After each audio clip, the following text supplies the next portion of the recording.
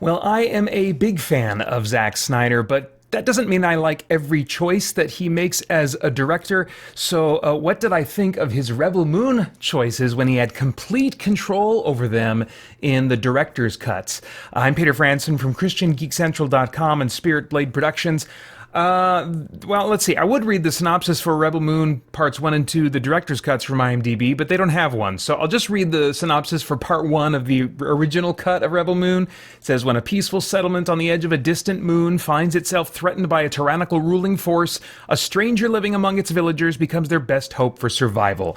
Briefly, I'll just say again that Zack Snyder brought a script to Lucasfilm as a Star Wars script. They rejected it, he reworked it, and decided to do his own thing, and this is the result. So it definitely has some things in common with a Star Wars type world, big galaxy traveling story with lots of different alien races and all kinds of weird, crazy concepts, but also some carryovers that have been retooled a bit, like energy swords that are conceptually different here. Anyway, but all of that cut loose with Zack Snyder's kind of signature cinematic visual style and edginess, and now certainly here gore and brutality, but also some other elements that I was not happy with. The experience of sitting down to watch both of them back to back took about 6 hours and 10 minutes, I want to say, shaving off the credits. I apologize if I repeat any sentiments I expressed from my reviews of the first two movies in their original cuts, because I haven't watched them since then, and my memory is pretty crappy. This experience, though, is still so much of what I want Star Wars to have the freedom to be, namely some edginess to it. I'm not saying every time, but just have the freedom with each director to kind of give their own spin, have their own style, their own feel for that world.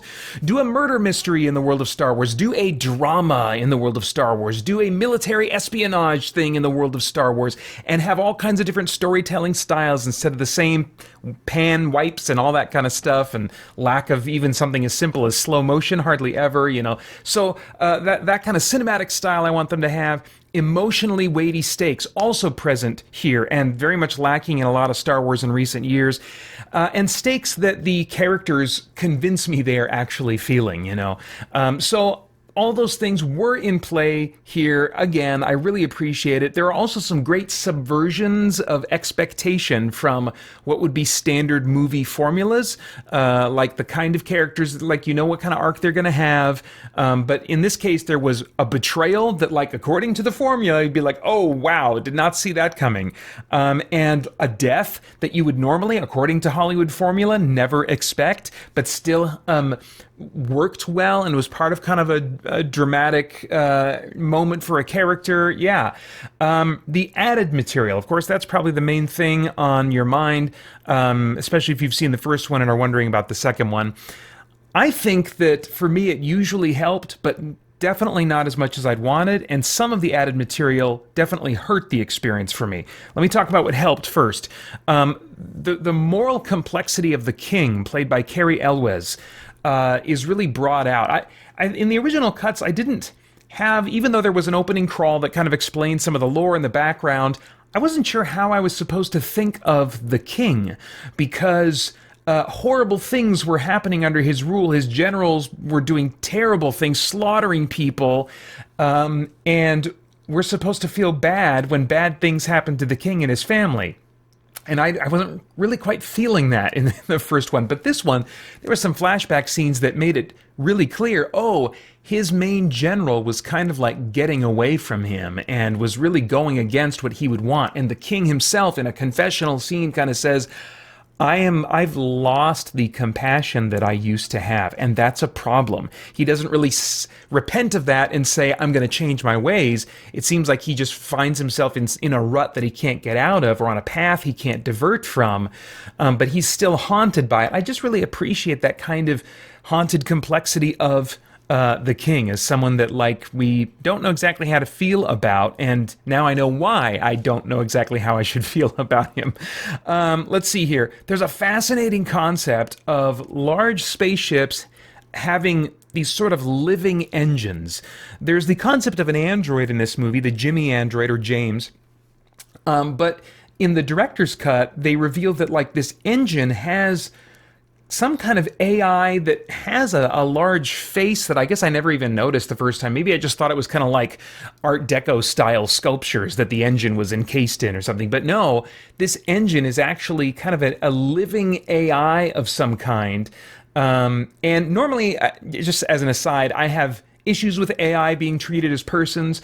The reason I find myself not having that problem in this one with James or with this engine and stuff is because I can see that they're being used not to put forth the idea, hey, maybe AI could be persons someday. We could make AI that are persons. No, it's more like they're making comments on maybe slavery or people that are kind of abused in societal structures and are just kind of like the servants in a society and not really considered to be human or persons when they should be valued.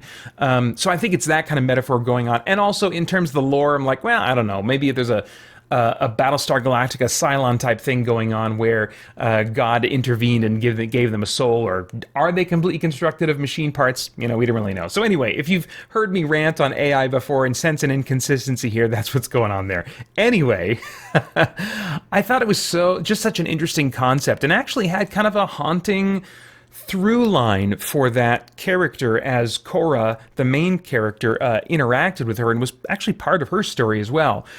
There's an interesting concept of emperor cult-like worship that is fleshed out. It was just a weird background detail that you would have just said, oh, that's weird. I guess there's probably some story Bible somewhere that would know what's going on and why they're, dressed that way and holding these things and, whatever. But that's given some more explanation that gives insight into how they venerate well, in this case, the princess. It's interesting stuff, and I think it could really be developed in some fascinating ways in future movies if they make more. The gore and brutality that was added in, it ramped up the intensity in combat for me, which I think it's not that's going to do that on its own, but because the stakes are also otherwise taken seriously, it does contribute to that, rather than just some mindless zombie gore or something like that. And it boosts dramatic satisfaction in this movie for me when the bad guys are brutally taken out, because it just says decisively they are defeated when you're seeing blood or you're seeing parts getting sliced or whatever. And then there were also other tidbits of lore, of background about the world that I think were inserted in all kinds of places throughout the two parts that were probably originally part of the narration and opening crawl of the first cuts. The opening crawl and the narration was cut from these movies. And I think what that requires is a willingness for us to not understand everything, not have all the background information we would want, and to lean in and pay attention and try to figure out this world as we are being taken through it. And as long as they're going to get around to giving me the answers that I want, that really are key to the story and understanding characters' motivations, then I really like that journey when I am not spoon-fed everything about the nature of the world and how it all works and what the government structures and the factions and stuff, what they all are. I can figure that out as we go along, as long as you're going to give me that information eventually. So, and I think that Zack Snyder's storytelling style, it really probably appeals more to people like me. I mean, there's going to be exceptions certainly, but that enjoy the process of watching storytelling that doesn't have any dialogue, doesn't have any text on the screen, but just things are happening. The camera is focusing on some things and giving less emphasis on others. And while that's happening, I, as a viewer, am asking questions. I'm wondering, what's the significance of focusing on this? And so my mind goes to work. Oh, I wonder if, I'll bet this. And so I'm thinking and working things through in my mind, and I'm and I enjoy that process. And when I hit on something that I realize, oh my gosh, this is symbolic of something, or this is emphasizing this significant thing, which is part of this other person's backstory, then suddenly it brings another layer of meaning to this moment and therefore emotion that I'm feeling. And so being willing to lean into that a little bit more by redistributing how the lore is presented was something that I appreciated and I felt was more in line with Zack Snyder's general storytelling style. Okay, as far as, let's see here, the stuff that hurt that was added? Well, the main thing that hurt that was added was the nudity. There are two prolonged sex scenes. Both start out clothed, but then get to being nude. The first one, I'm not sure. I didn't time the first one. I was just kind of like tracking with my peripheral and waiting for it to be done. But then the second time, I didn't have the patience to track peripherally. And instead, I was like, I'm skipping past this. But I took note of the time marker for when it started. And then when it ended, it was 3 minutes long. Oh my gosh. Is that common? I have no idea if that's normal for the industry these days when there's like a sex scene, a dedicated sex scene. But my gosh, 3 minutes. Just sit silently and count out 3 minutes. It's forever. Anyway, and it just felt like it was there, both those two sex scenes and then some brief nudity elsewhere. Felt like it was there just to kind of be daring, as if the creative process behind it was, okay, now we can do all the stuff that would be in a rated R movie, so let's do all the stuff that would potentially be in a rated R movie. We got to check this box of nudity and throw that in there a couple times, you know. So yeah, it did not feel like it helped the story at all. Let's see here, also a collection of minor asides, not scenes in themselves, but like where the camera cuts and we just focus on these two side characters or a side conversation, just one line delivered, then one line responding to it, and then we're back to the main stuff. Just not a ton of them, maybe about a dozen throughout the entire 6 hours, you know, so they are spread out some, but it maybe added a little bit of lore, but just felt unnecessary, like the grumbling remarks of a bad guy, or a sex bot watching the cast, the main characters leave the brothel. And I'm just like, okay, why are we looking at this? Why is this sex bot watching them leave? Is she, suspicious? Is it taking note? Is it going to give information to some? No, never followed up on. We just have a robot watching them leave. And then the brothel owner having an exchange with a prostitute that I guess maybe... it has nothing to do with the main story of the characters.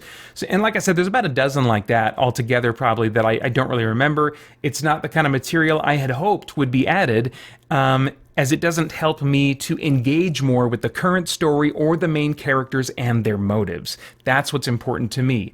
I think also with the length, even though you're maybe not supposed to watch both parts back to back like I did for a 6 hour plus experience, I still think that Justice League style chapters would be nice. In Zack Snyder's cut of the Justice League movie, there was a black screen that would then say chapter whatever and then like a title along with it that would just kind of break things up and would be sensible stopping points if you wanted to have a breather and maybe watch over the course of a week or something like that.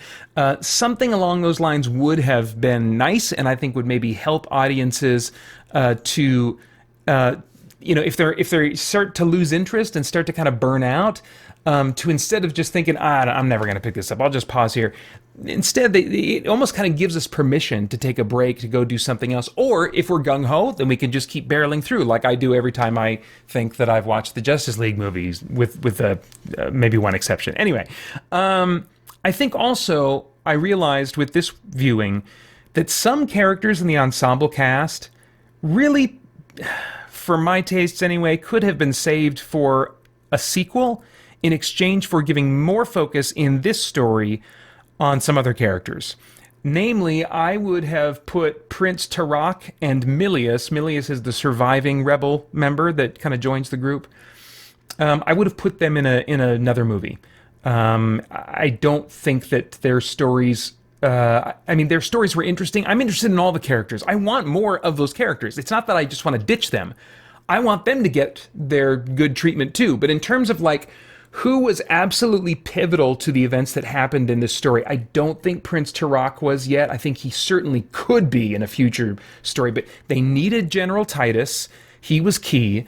They needed some forces to serve under him, so maybe the rebels or something like that, but I don't think we needed Milius in particular to be focused on.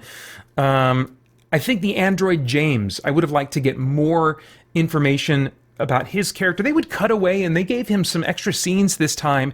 He seems to be kind of musing to himself. It reminds me a bit of the Black Freighter cutaway story that the Watchmen book would go to now and then, where it cuts in now and then. It doesn't seem really related to the rest of the story, but it's building on something that you then appreciate later on in the movie. And I did appreciate giving his journey some focus, but I would have liked to have seen, I don't know, more flashbacks of who he was before all this started or something. But something to take me on that journey even more. The time that was given to James, it was informative, but he was also kind of speaking in a somewhat poetic way that just kept me at a little bit of a distance. And so, yeah, but I'm very intrigued by him as a character, and by the end, I'm certainly invested in caring about him. So yeah, General Titus and the android James, and then wait on Turok and Milius to really give them their proper time in a future movie.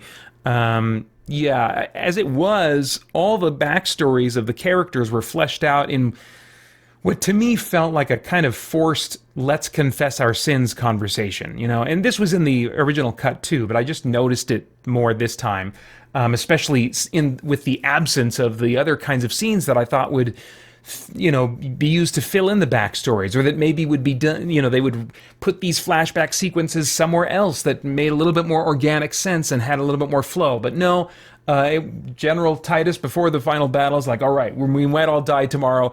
Let's be sure we know who we're fighting beside. And then one by one, they start telling their backstories and they get flashbacks. And like, oh my gosh, so I guess this is the time where we're just going to overload all of us. And don't get me wrong, each of those backstories I was engaged with. I found it interesting, and it made me care about the characters more, and I even wanted more about that character. But to get them all boom, boom, boom, boom, boom like that, it felt like the story was like, oh yeah, we have to help the audience care about these characters, and we haven't done that yet. Let's throw all these backstories in now, and then we'll do the final battle. So yeah, not a fan of some of the structural things and the way time was used in a number of cases. But as far as the cast goes, I still don't have any complaints, really. I was reminded again of the strength of the emotional access in multiple cast members. Bae Doona as Nemesis stood out again to me for her silent emotional expression that suggests so much more than we're told about her. Ed Skrein as the villain Atticus, still just like mesmerizing for me to watch. So all really solid. As far as the visuals go, as with the first cuts of this movie, the effects are Hollywood standard, which isn't necessarily a compliment. It's maybe more reassurance that it's not bad. It's not more than Hollywood, top tier, I guess, standard, but not top tier all the time either. And there's a few brief shots that look a little on the cheaper side, but Zack Snyder's style really overcomes those few shortcoming moments for me in the visual effects.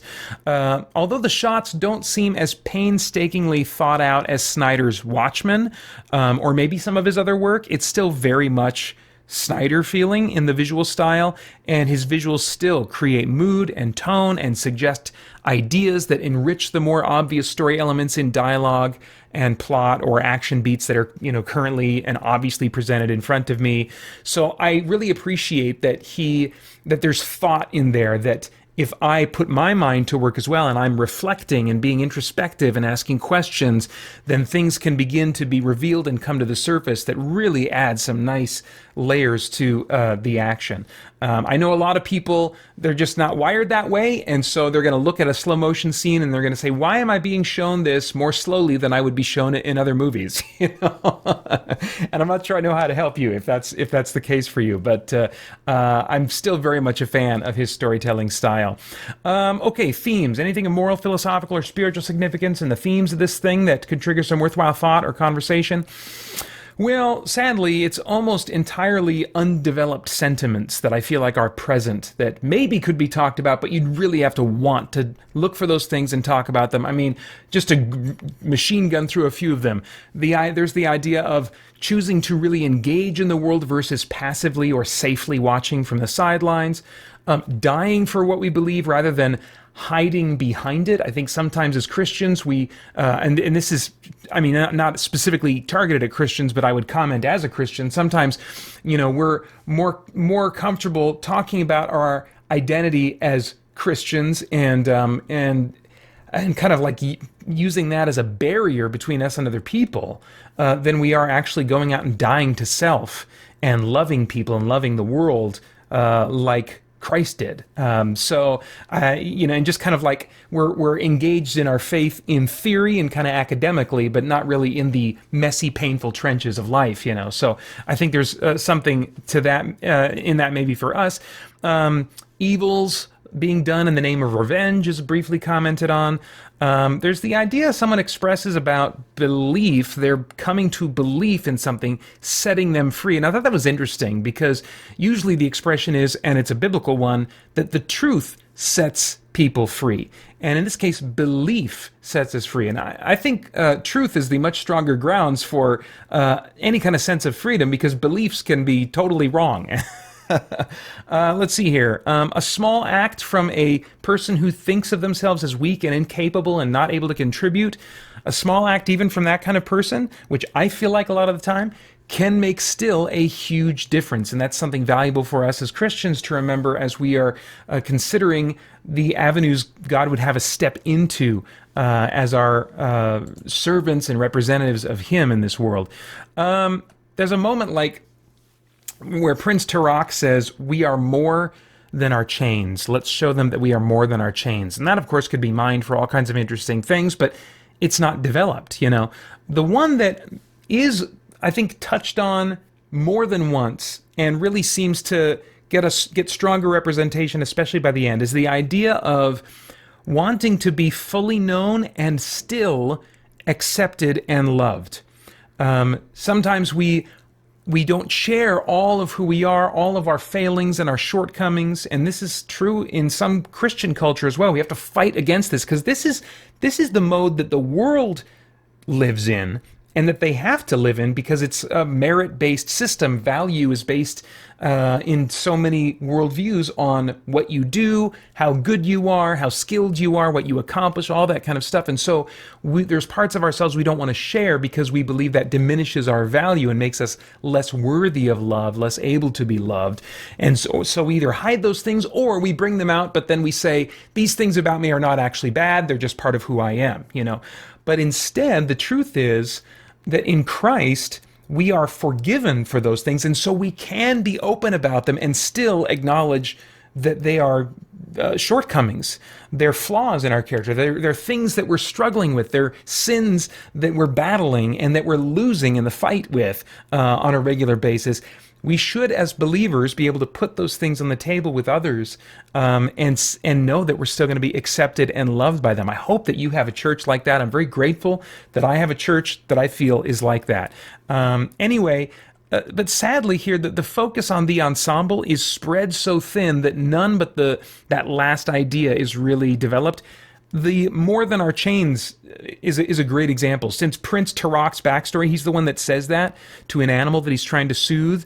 Let's show them that we are more than our chains. That's a powerful sentiment, but that has nothing to do with his backstory and motives as they're presented. His backstory has to do with guilt and what happened to his family and stuff, and it's not about enslavement and overcoming enslavement. That's just kind of where he happens to be when we run into him. If there's more to his backstory, it's hidden away in some story Bible for Rebel Moon that I haven't read. So anyway, it's a pity that there's so many little things that are referenced, but none of them are really given a strong follow through that I think could have made them much more effective and useful. All right. Oh crap. Okay, got to wrap this up. Perfect timing anyway. I have no idea what your tastes are in movies, but if I were a time traveler, I'd go back in time and say, Peter. I don't know. I honestly don't know. It's not vastly improved by the additions, but it is improved noticeably. However, the nudity put me on guard since I didn't know when it was coming a couple times, which just kind of soured entire sections of the experience for me. So I don't know if you've seen the originals, if I would recommend this or not. So I'll leave that to you, past Pater. But if you do watch it, here's some tips to help you out. Nudity, part 1. Opening scene of a city invasion has brief but a couple times at least repeated female nudity. There's also in part 1 a sex scene. You'll see it get started in time to skip through, but still the thumbnails you'll want to track peripherally until you know it's done, because even some of the thumbnails, there was stuff you didn't want to see. Part 2, there's similarly, as if checking a box, a sex scene almost as far into the movie as it showed up in the in the first one. And you'll see that one get started. 3 minutes long, my gosh. And then there's female nudity of an older village woman waking up with Prince Tarak. Those are the only ones that I remember, so that may be it. So anyway, but yeah, I don't know, man. I leave it to you. I would describe this one as being equivalent to an R-rated movie for violence, blood, gore, language, sexuality, and of course, as I mentioned, nudity. And those are all of my thoughts for now on Rebel Moon Parts 1 and 2, the director's cuts. As always, I'd love to get your thoughts and reactions in the comments below. Please like, share, subscribe, click that bell to stay connected. I want to thank the Spirit Blade Insiders for making this review possible. You can get info about the benefits of joining over at patreon.com/Spirit Productions. Then I hope you'll check out our podcast and stay connected to all CGC content over at christiangeekcentral.com as we continue to geek out and seek the truth. For more chat about geek entertainment, answers to your questions, and news from the wider world of Christian geekery, get the Christian Geek Central podcast today on iTunes and other podcast services.